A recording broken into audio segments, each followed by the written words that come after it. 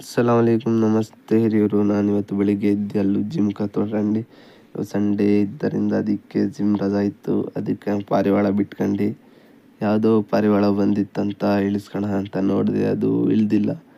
ಅದು ಬಿಟ್ಟಾಗಿ ಸೋಡಾ ಗಾಡಿ ರೆಡಿ ಮಾಡ್ಕೊಂಡು ಸೋಡಾ ಗಾಡಿಗೆ ಹೋದೆ. ಬಸ್ ಸ್ಟ್ಯಾಂಡ್ ಹತ್ರ ನೋಡಿದ್ರೆ ಯಾರೂ ಇರಲಿಲ್ಲ. ಆಮೇಲೆ 5 ನಿಮಿಷದೊಳಗಡೆ ಜಗಳ ಆಯಿತು. ಅದು ನೋಡಿ ಮಜಾ ತಾಂಡು ನನ್ನ ಫ್ರೆಂಡ್ಸ್ ಬಂದು ಸ್ವಿಮ್ಮಿಂಗ್ ಪೂಲಿಗೆ ಕರ್ಕೊಂಬಂದುಬಿಟ್ಟಿದ್ರು.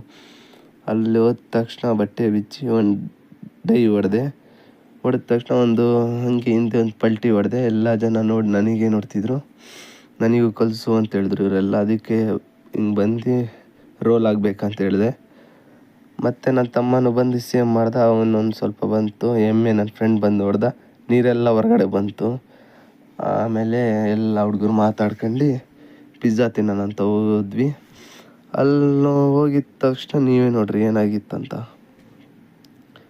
ಪಿಜ್ಜಾ ಅಂಗಡಿನೇ ಬಂದಾಗಿತ್ತು.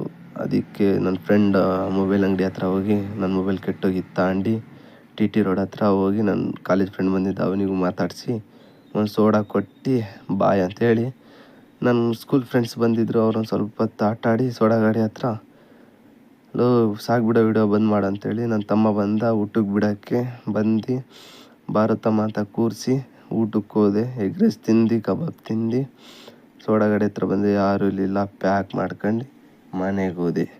ಈ ವಿಡಿಯೋನೇ ನಿಮಗೆ ಇಷ್ಟ ಆಗಿದ್ರೆ ಲೈಕ್ ಮಾಡಿ, ಕಮೆಂಟ್ ಮಾಡಿರಿ ಮತ್ತು ಶೇರ್